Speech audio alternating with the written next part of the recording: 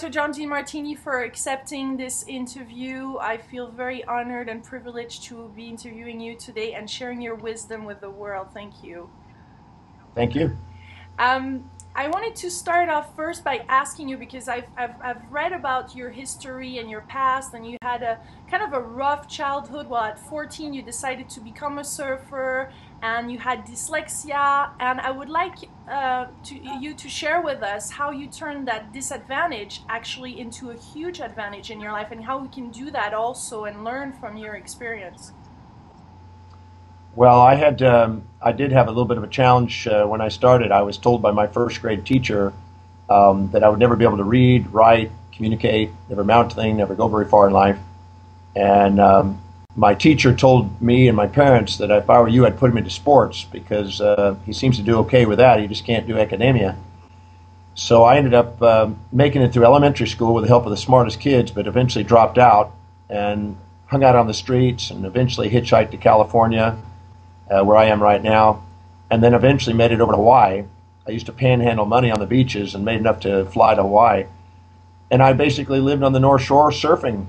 And I was kind of living the long-haired hippie surfer life and having an experience with it. Yeah. And then I ended up having a problem with strychnine poisoning. I almost died of strychnine poisoning.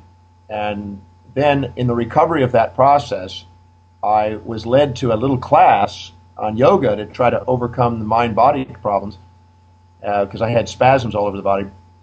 And there at a yoga class was an amazing teacher named Paul Bragg lecturing one night. And one night, in 1 hour, with one message, this man inspired me to believe in the possibilities that I didn't think I could do, and that is to learn. And I got inspired to want to do what he was doing, which was to travel and teach. And that was 37 years ago. And so since that time, I've had a dream to do that, and I had to first learn how to read. I didn't read till I was 18, from cover to cover, my first book. Then I had to go back and try to. I eventually flew back to California and hitchhiked to Texas, took a GED, high school equivalency test, took a college entrance exam, and by guessing, I passed. I don't know how I did it. I just guessed, and I passed that thing somehow. And I started college. My first class I ever took. The first time I failed. I got a 27 in 72, and I almost gave up on my dream. And my mother said to me, son, whether you become a great teacher or healer, philosopher, and travel the world, or whether you go back on the streets and live as a bum, I just really love you. And that was a turning point. When she said that, my hand went into a fist, and I said to myself that I'm going to master this thing called reading and teaching and studying and philosophy, and I'm going to do whatever it takes and travel whatever distance and pay whatever price to give my service of love. I locked myself in my room. I gave her a hug, and I went in my room and locked myself in a room, and I just started reading dictionaries and trying to learn every word I could, 30 words a day at least, and encyclopedias, and I just started to devour until I learned how to read. And it wasn't an easy job with dyslexia, but I just mastered it. And I tell you, I'm really close to the 29,000 books of reading now since then. And when somebody says you can't do something, the teacher said I would never read, write, communicate, never amount to anything, never go very far in life. Well, today I read, I write, I communicate, I travel, and I collected a little bit of cash. So all I can say is when somebody says you can't do something, it may be the very thing you're destined to do. Yeah. So I'm very grateful. It's been a challenging road along the way, but it just builds momentum if you just never give up on it. Yeah, and what I hear too is that in that pivotal moment where your mom said, just do it, follow your heart, and that man told you to follow your heart, that's what you have been doing, and it seems like you're really truly a man that lives in his heart, aren't you? That's really your force and what's leading your life and allowing you to go over those difficulties and the difficulties that you had. Well, I can't say I live in my heart all the time. I certainly get my buttons pushed, but I have developed a methodology for myself and for other people on how to, when I am not in my heart, how to ask a new set of questions to return me to my heart. And I call it the method, but it's a series of questions. And I always say the quality of your life is based on the quality of the questions you ask. And if you ask questions that bring equilibration and balance back into the mind, the heart opens. So I also make a daily ritual of keeping a gratitude list. And I have the largest collection of gratitudes of anybody I've ever met. And I think that that's a key. I was born on Thanksgiving Day, in America, and my mother told me that when I was about 4, she says, make sure you count your blessings because these people are grateful for what they got. They get more to be grateful for. So I do ritually every day, many times a day in some cases, document the things I'm grateful for in the day, and I really believe that makes a difference. It helps you keep the heart open. Gratitude is the key that opens up the gateway of the heart. There's nothing but love in the heart, and love is like a window washer of the mind and allows you to have inspiration, certainty, presence, and enthusiasm, and it gives you more vitality and clarity of vision. And when you do, you get more done. I feel grateful, so I've been blessed. I've had challenges, but every challenge is just a refinement of my mission. That I can really, really feel that. And when you say that, my heart opens up, and we can feel, can't we, when we hear somebody else speaking the higher wisdom and the truth, we connect instantly. And through you sharing it that way, then you allow us to live that in that moment. Like right now, I can really feel that and sense that. Thank you. Thank you. Well, I feel pretty blessed. I mean, I get to meet amazing people. I get to travel to amazing places, get to do amazing things, and what can I say? You just always say that everybody deserves to live a magnificent, inspired life. The way down deep inside, they have something extraordinary they want to bring to the world, and all I can say is give yourself permission to absolutely do it, and Yeah, don't but let anybody on the face of the earth, not even yourself, stop you from what you know you feel called inside your heart to do, because there's extraordinary power inside you to do extraordinary things. definitely. And as you said, I think we stop ourselves. Aren't we our worst enemies? Like we have those limited beliefs, and as you often speak of, and that just holds us back from living those dreams. And we keep on hearing those fears, or our parents telling us there's a particular way of us living our lives, or our friends, or we compare ourselves with others, or we're scared of in this economy to not pay the bills, and then we forget the heart. It's so easy, isn't it? How do we challenge those limited beliefs? How can we go beyond those fears? Well, I always say that fear is an assumption that you're about to experience in the future through your senses or imagination more pain than pleasure, more loss than gain, more negative than positive from somebody or yourself. And in actuality, there is no imbalanced perspective. There is never a pain without a pleasure. There's never a loss without a gain. There's never a negative without a positive. Like a magnet, you can't get a one sided magnet. And so wisdom is knowing that when you think there's a loss without a gain, you look for the gain. When you think there's a negative without a positive, you look for the positive. When you think there's a pain without a pleasure, you look for where there is pleasures. And if you look and you balance the equation again, you're set free of the embondaging, lopsided perception, which fear is based on, and you liberate yourself to do and move on what you really love to do. I always say there's 7 fears that stop people mostly. They're basically the fear of breaking the morals and ethics of some spiritual authority, The the what? fear of not being smart enough, the fear of breaking the morals and ethics of some spiritual authority that we've given power to, Okay. the fear of not being smart enough or intelligent enough or creative enough or imaginative enough or degreed enough, the fear of failure, the fear of losing money or not making money, the fear of losing loved ones we're infatuated with or respective loved ones, the fear of rejection by somebody we've given power to, Mm-hmm. or the fear of not having vitality or looks or health. And all of these fears are subordination fears. That means we assume somebody outside us has got something we don't. We minimize ourselves, we subordinate to them, and then as a result of that, we hold ourselves back. But the truth is that you will never see something in other people that you don't have in your own unique express form. The seer, the seeing, and the seen are always the same. And so if we see something that's done by somebody that we think is extraordinary, the question we want to ask is, where do we have that same trait and that same extraordinarity inside our own lives, in our own ways, according to our own values, and honor that and allow it out to come out instead of compare ourselves. And it was Albert Einstein who said, my contempt for authority is what made me one. He didn't subordinate to authorities. He went out there and became the authority. And I believe that if people just step out on the diving board and take a quantum leap into the possibilities that their heart is guiding them to do, magical things occur.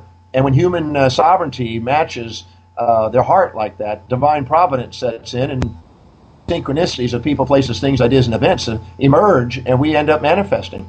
So those fears can be really thick and heavy.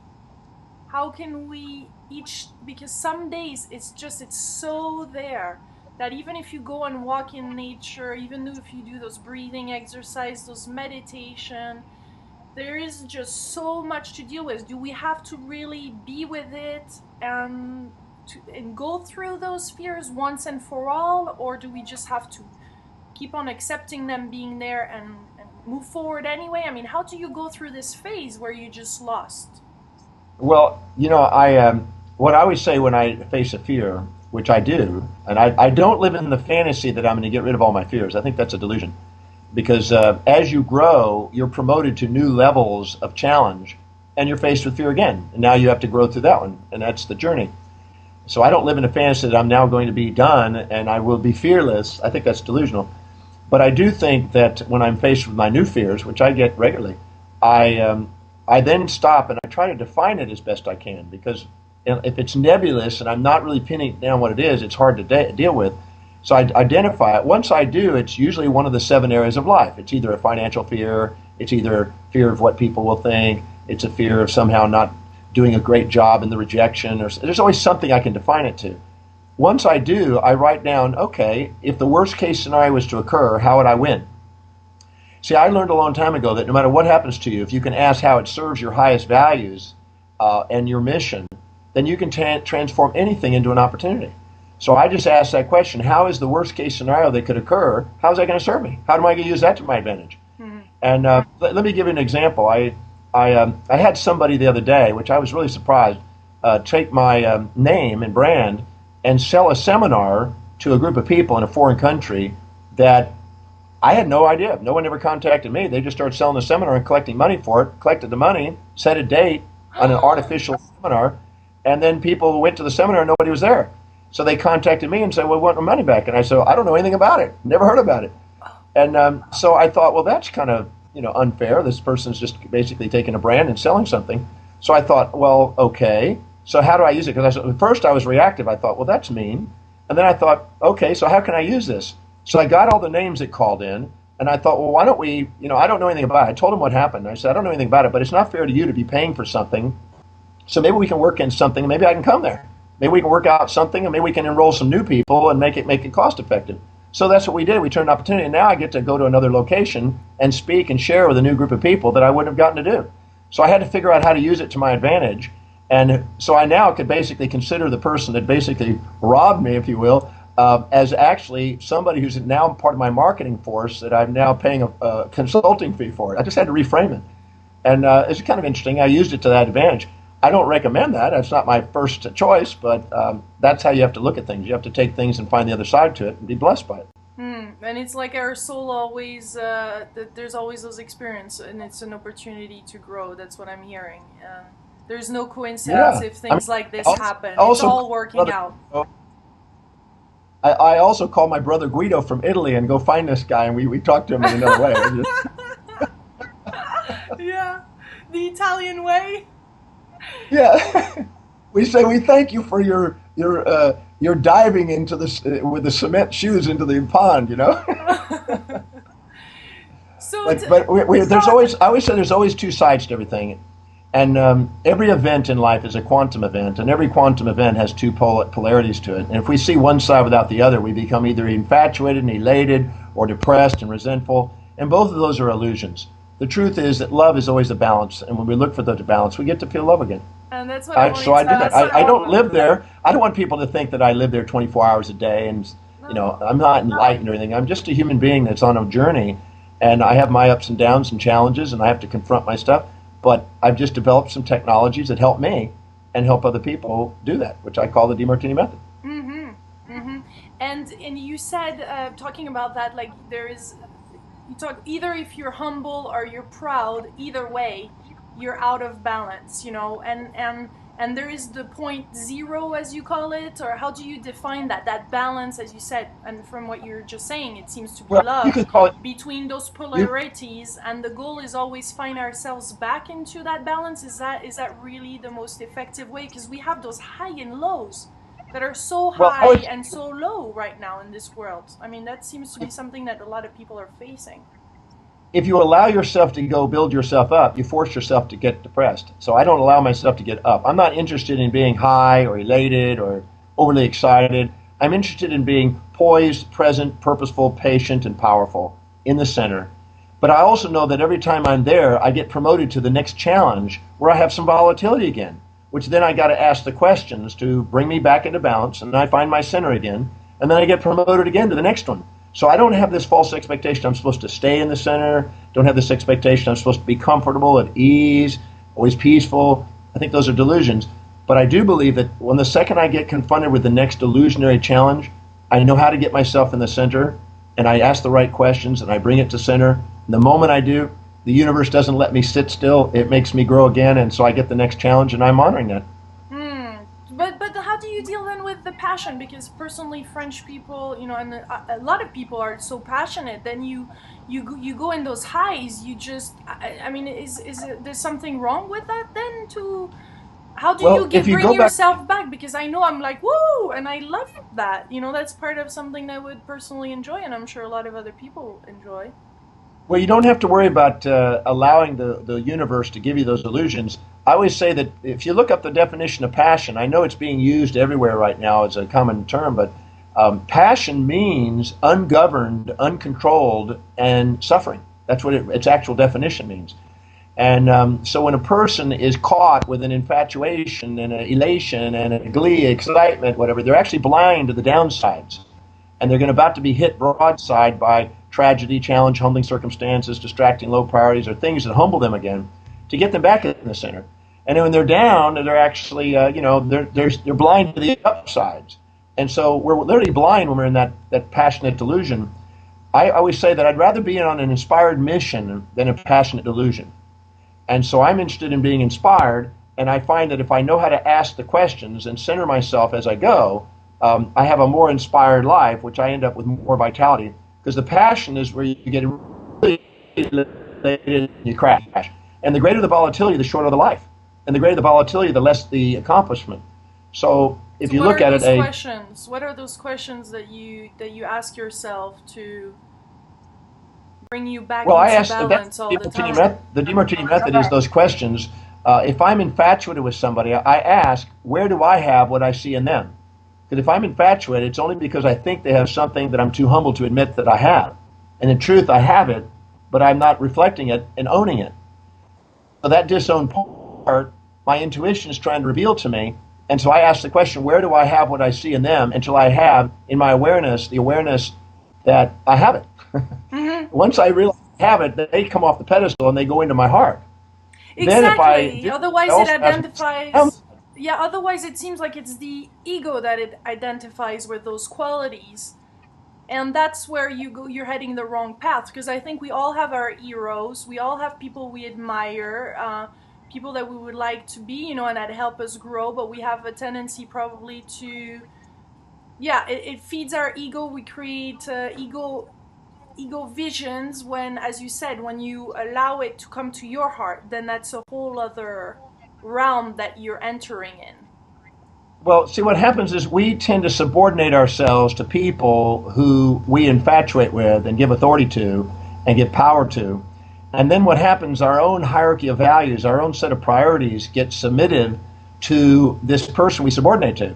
So what happens is we inject the values of others into our lives and start setting goals that aren't ours but are somebody else's, trying to be somebody we're not, because we're not honoring ourselves, because we keep minimizing ourselves to people we put on a pedestal. Once we do that, we're designed to automatically eventually build resentment because we keep not living up to it. And then we realize when we get to know these people, they're just human beings, and we had a fantasy about them. Yeah. So I learned that from Albert Einstein when I was 18, reading his works, that he said, my contempt for authority made me one. He didn't give power to anybody. He used everybody to reveal to him where he had what he saw in them. So if he saw something greatness in them, he would ask, where do I have that greatness to the same degree? And wake it up, then thank them as a teacher, as a reflector. So I think it's wiser to do that than put people on pedestals. I think it was Emerson who said, envy is ignorance and imitation is suicide. You're best not to be somebody else. You're best to be yourself. And the most powerful you, the most genuine, authentic, and innovative person is the real you. And that's not going to be occurring when you're minimizing yourself to other people or exaggerating yourself to people. I really, really get that. Thank you for clarifying that. That definitely makes a lot of sense. So is that what people are discovering when they do the breakthrough experience with you in the seminar? How long is that course? You do it in 32 countries? I've been in 58 countries of that course. I that course I just finished here in Los Angeles last night. It goes from 8 in the morning till after midnight at night, and it goes from 9 to about 6 or 7 in the evening. I love it. I do it 42 or 3 times a year, and it's great. But what's interesting is we go around in life and we don't really honor our own magnificence, as I said earlier. And the breakthrough experience and the Demartini method is designed to awaken that. That's what it's about. And I'm amazed. One of the exercises in the breakthrough experience is what we do is we identify the most powerful people we have ever imagined on earth.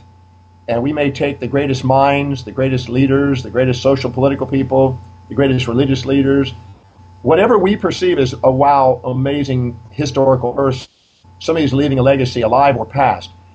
And then what we do is we go and do a dissertation on their study of their life. We go basically learn everything we can about this person. And with Google, you can do that rapidly. And then we identify all the traits, the things we admire, despise, or whatever about them. And then we own them all. And we go and find out where we have it, those same traits, 100% to the same degree. And I assure you, I've done this in 250,000 people. It's there when you look. You just got to know how to ask the question and look. And once you do, instead of subordinating to them, you really realize that they and you are the same. You have a reflective awareness. And when you do, you start resonating on a field of possibilities that you weren't before.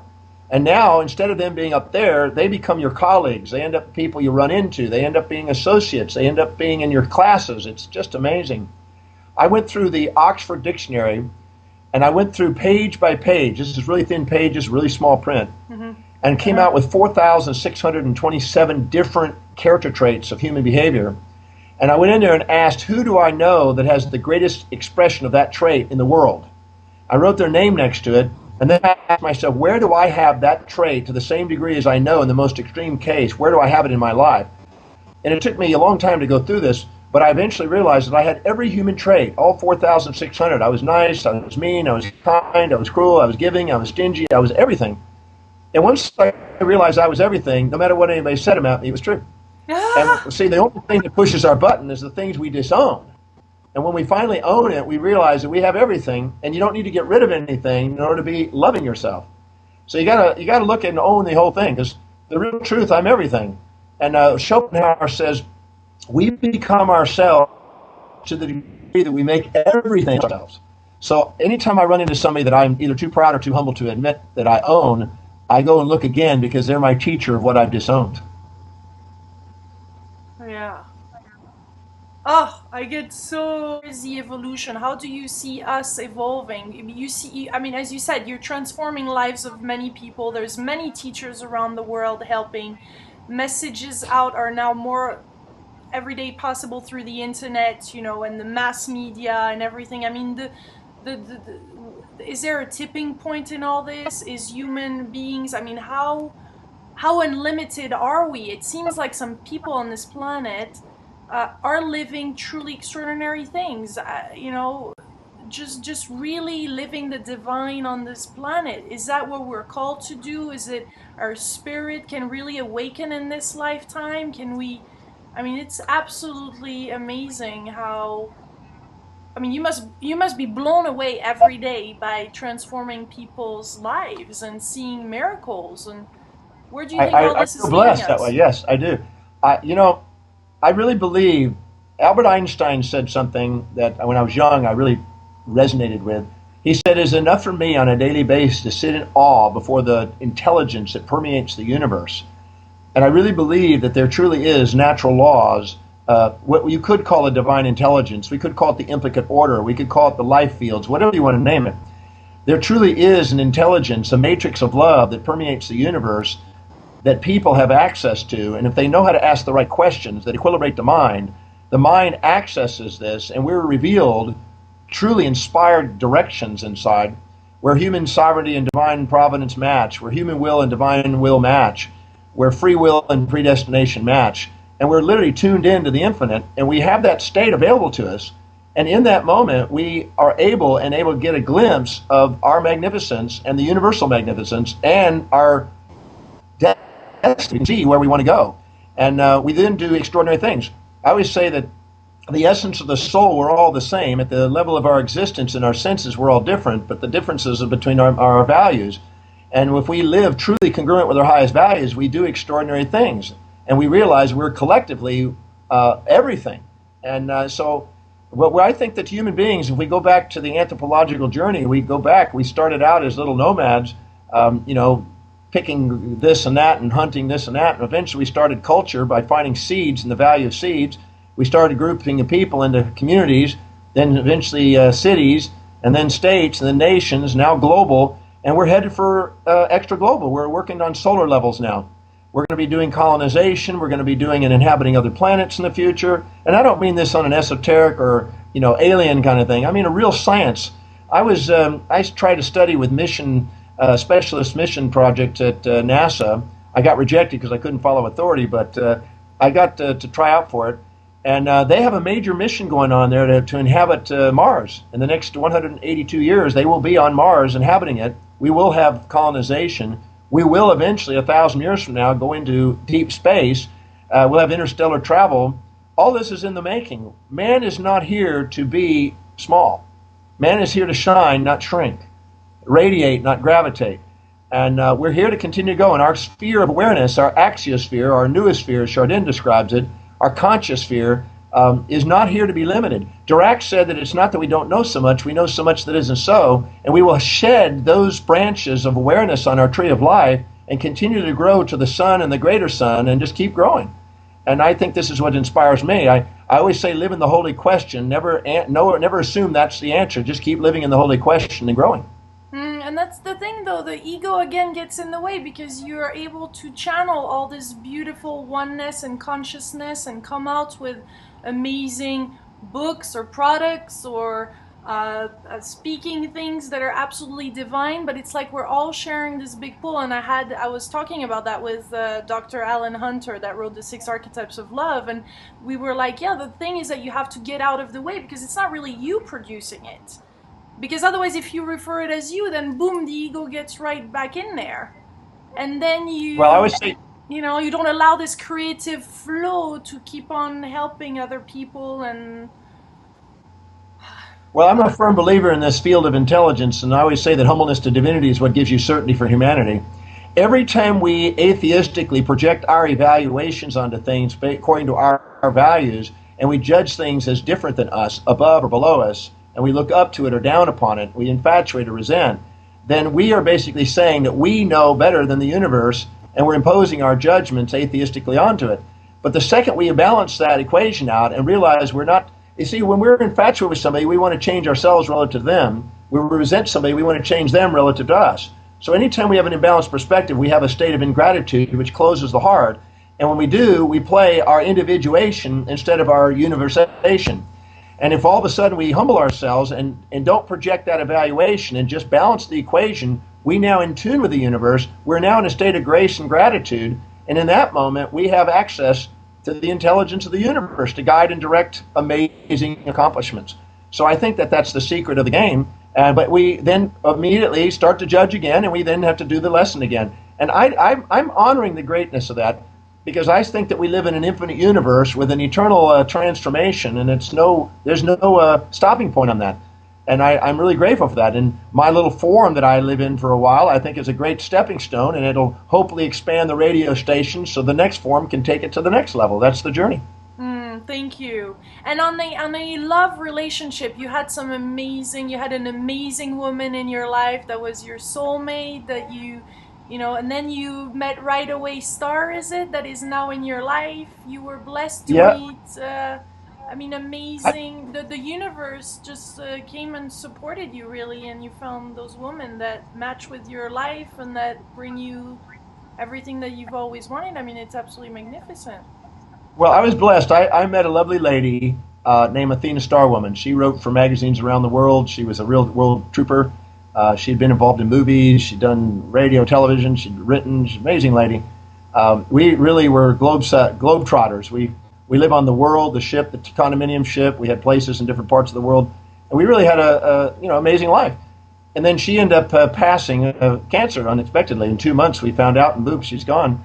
And then 3 weeks after her passing, I ran into another woman whose name was Star. which I thought was quite amazing. And 6 weeks before my wife passed away, she said, she held my hand, she looked me in the eyes, and she said, it's now come a time when you're going to have to find you another young new star girl because your star woman's about to go. And, with the teary-eyed, you're sitting there going, that's the farthest thing from your thoughts. But I remember her saying that. And then when 3 weeks later I'm in Las Vegas speaking to about 9,000 doctors there, I have this lady comes up to me and asks for a book signing. And I said, in your name, please. And she said, Star. And because my wife had said that, I went, that's your real name? She goes, yeah. I said, do you mind sticking around here? I'd like to chat with you. And she had this big hat on, and she was all fashion savvy. And I thought, this is very interesting. So we ended up chatting for a couple hours. Then I didn't see her for about 2 months. I happened to be in Houston. I had an hour with her for lunch. Then I saw her another 2 months in June or so, 3 months, and we had another hour lunch. And then in September, I came back there because I go to Houston about 4 times a year.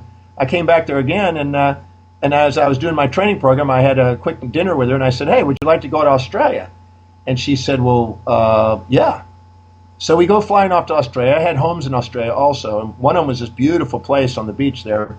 And so when I took her there, I felt a little awkward because I hadn't been there since my wife died, and that's where she was. So we walk in the place. We have this magnificent, looked like a Miami Vice kind of drug lord's place. It's really quite neat. Had a 60-foot lap pool in the bedroom. It was just amazing. Nice. And we go in there, and I go in and put my toiletries up in the bathroom, and I come back on, and I see her sitting on the bed. I said, what is it? And she said, I just need to sit here. I said, you look like something happened. She says, no, I just need to sit here. I said, what happened? And she says, well, I went in the closet, and I looked, and I saw your wife's clothes in there, and it just spooked me. I said, what is it? She says, 13 dresses that she has are identical to mine, and 15 pair of shoes are identical to mine. Oh, my God. I got kind of shocked. I said, you're kidding. She says, no, I'm serious. Then we went to the bathroom, and the same makeup and the same eyeliner and all that stuff was the same. Then we went downstairs, the same china and the same crystal. And I'm starting to go, whoa. And we had a white and gold Rolls Royce. She had a white and gold Jag Classic. And we just started seeing these kind of interesting synchronicities. And even more then came along. I was spooked by this because I knew my wife only bought very rare clothes in very rare boutiques around the world. She didn't just go buy something you could find duplicated. And it turned out that Star was dating a guy who was knighted by the Queen of England and was traveling on the Q Mary 2 and was traveling around the world. And our ship and the Queen Mary very commonly docked in similar docks. And it turned out that the very same boutiques that my wife was buying some of the clothes in turned out to be the same boutiques that Star bought her clothes in. And I just was kind of blown away by this. So, yeah, there was amazing synchronicities there that were kind of tear-jerking. So I guess I went I think my wife, when she went up into the Universal Spa, was organizing some terrestrial activities here. I don't know what to say except that.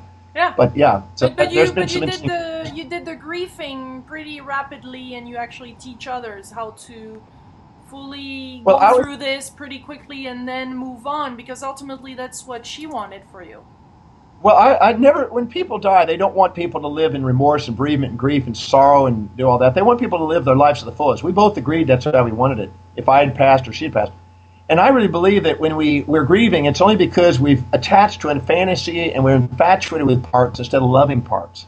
And so I teach a methodology on how to dissolve that. I teach it all over the world. I just did it in Ireland, dealing with the Northern and Southern Ireland conflicts, dealing with deaths there. I'm a firm believer that we have the access to ask the right questions to liberate ourselves from that illusion and allow ourselves to be present and feel the presence of the one we love. And when we feel the presence, and we don't have remorse, we have gratitude for the existence while they were alive and the existence as they've passed. And I think that we have to honor it. We go around and we're saying we're spiritual beings, but the reality is then the second somebody dies, we somehow get attached to the form. But there's something more transcendent to that, and it's non-locally available to all people if we open our heart to people. So when we really truly love somebody, they're present. But when we get infatuated with them, then we can get the perception of loss if they leave. And that's actually a dopamine withdrawal symptom, just like a drug withdrawal symptom. And I think that we need to love people, not infatuate with people. Because if we infatuate people, we'll sacrifice ourselves, end up resenting them, minimize ourselves, play the underdog, and feel on clinging to them instead of honoring them. So I hear that true love is freedom. I think that true love is available to any human being. And the breakthrough experience, every weekend I show people how to have a mystical state of love where it's not this back and forth, she loves me not oscillating emotional state of infatuation, resentment, but actually a poised, present, powerful, and patient love that's in the center. And this one is not, it's more profound. It's a deep feeling that's inspiring, and you feel connected to not only the individual, but their part in the universe. So do you think we can be like this with anyone, or we have somebody that is, or a few people that are destined to us? Well, I always say that I have a segment in my Heart of Love book called on soulmates. And I always say that your soulmate is with you 24 hours a day throughout your entire life, but it is either in one or many forms. And your hierarchy of values dictates the form that they're in. So what happens is you unconsciously are creating the form of soulmate you're looking for. And the soulmate is somebody that gives you a perfect balance of support and challenge. And people are looking for support without challenge, and they're looking for earthly mates that they can infatuate with and become addicted to, and then have the crush and the broken heart on. But the real true soulmate is one that has both support and challenge equally, and that's around you at all times. And now if you have it in many people around you, filling in little gaps and pieces, that's because you've had pain associated with being with one, and you're avoiding that unconsciously to create it in many, so you have the freedom to do what you want to do without having to be tied down. But if you have it in one person, that's because you've had pain being with many. So you're unconsciously creating either one or many forms of the expression of all the traits you're looking for in a fulfillment soulmate. So I teach people how to access that and how to shift it in whatever form they want. And it's really quite amazing. They can manifest people within 3 weeks or less when they do that. It's quite impressive. What's the name of that book? The Heart of Love. The Heart of Love. And what's your latest book? Because you write many books each year, don't you? Yeah, I just finished one that came out called Stress to Success in just 31 days. And I've got another one called Inspired Destiny it's just about to go in September. And I've got another one on business that I'm doing that should go in October. So I'm constantly working on books. That's just part of my nature. Awesome. And that's really, are you working on some movies, on some other things? Because The Secret definitely brought your name out to even more people. Yeah, I've been blessed to be in 24 movies. I've got a new one coming out called Oh My God that's got Hugh Jackman in it. I heard about that. Yeah, that one's coming out. Peter Rogers is the producer of that. In fact, I'm having lunch with him in about an hour and a half. That one's got Ringo Starr, Baz Luhrmann, Seal, myself, Hugh Jackman, some really amazing people. David Copperfield. There's a lot of interesting people in this thing. And then we've got other ones that come out. The Compass came out. The Opus came out. Like I said, there's 24 of them. There's a new one coming out called The Riches. And we've got some footage from The Secret that was never revealed that's coming out. So there's all kind of movies and exciting things going on that I'm really impressed with. In fact, we're working on a reality TV show on how to transform people's lives. So yeah, lots of stuff's going on. Very, very cool. Well, definitely keep us informed. You know, we started with Laura Duxter, one of your students, the Co-Creating Our Reality, the 100-day reality challenge. That's actually, Yes, we wanted to start that as a reality show originally and put some people in the house and give them the tools and transform their life and have a smart reality show instead of that, we developed that as a community, and now we're 4,000 people practicing it 100 days at a time. But there's definitely, and I will make sure to share those videos. Everybody will absolutely love that. Thank you so much. No, thank you. I know Laura very well. I've known her for many years now, and she's dynamo. She's amazing. Yeah. She's got that beautiful book she did on children is just a gem. And now she's doing new projects that are just as inspiring. So, yep. Yeah. Co-founded with Laura the 100-day reality challenge. And then I wrote this little book called I Lost My Job and I Liked It. That's a great one. The 30-day Law of Attraction Diary of a Dream Job Seeker. So that's my latest little adventure. But it was a pleasure meeting you, John. I heard many times so many things, great things from Laura about you, and I look forward to doing myself the breakthrough experience one of these days. If you're in London, please come over because we have a studio there, and I would love to interview you on a one-on-one. Well, I'm going to be in London in September for 2 days, and then on the 8th and the 9th they're speaking. And then I'll be back there in November, I believe, doing the breakthrough experience. So then in November. So that's in the making. In November for the breakthrough experience. Yeah. And I'm on my way to Kazakhstan to do a tour in Russia there and in Kazakhstan September. Stopping in quickly to do 2 evening events in September. Maybe that could be arranged then, which is just a month away. Yeah, I'm back only on the 12th in London, but in November then that seems like it would be a great time. I'll be in contact with Linda. Okay, great. Well, actually, Linda, I don't know if you know, has just transcended and moved on herself. She just passed just the other day. And so now you're going to be talking to Elena in my office, who happens to be my daughter. Really? So yes, Linda's just, she gave her notice and she said she was going to be going and doing bookings for programs for me in a higher plane. So that's where she's at now, doing programs up there now. Oh. So. Oh, my condolences. Oh. Big change. Yeah. So okay, well, wonderful. Well, it's been a pleasure having a one-on-one with you, Dr. John Demartini, and I'll make sure I'll share it with the YouTube community and with the Co-Creating Our Reality and with everybody that this video will attract. And I will send you all the links, and it's been absolutely a pleasure meeting you in person. And I look forward to our one-on-one. Thank God for Skype. Thank God for Skype. Isn't it great? Yeah, I love it. It's such a delight. You can then look. I'm in France. It's nearly 8 p.m. here, and and now I'm going to interview Sonia Choquette, that is actually in Chicago. So quite. Yes. Well, tell her hi. Tell her hi. She also produces books with Hay House, and she's a lovely lady. And I've seen her a few times. We've met. She's writing. So give her a hi. I will. She's writing a book called the Traveling at the Speed of Love. That's her next book. Good. So we're going to discuss also about the heart and how she said the frequency of unconditional love. Great one. Much love. Thank you so much. Okay. Thank you so much. Bye-bye.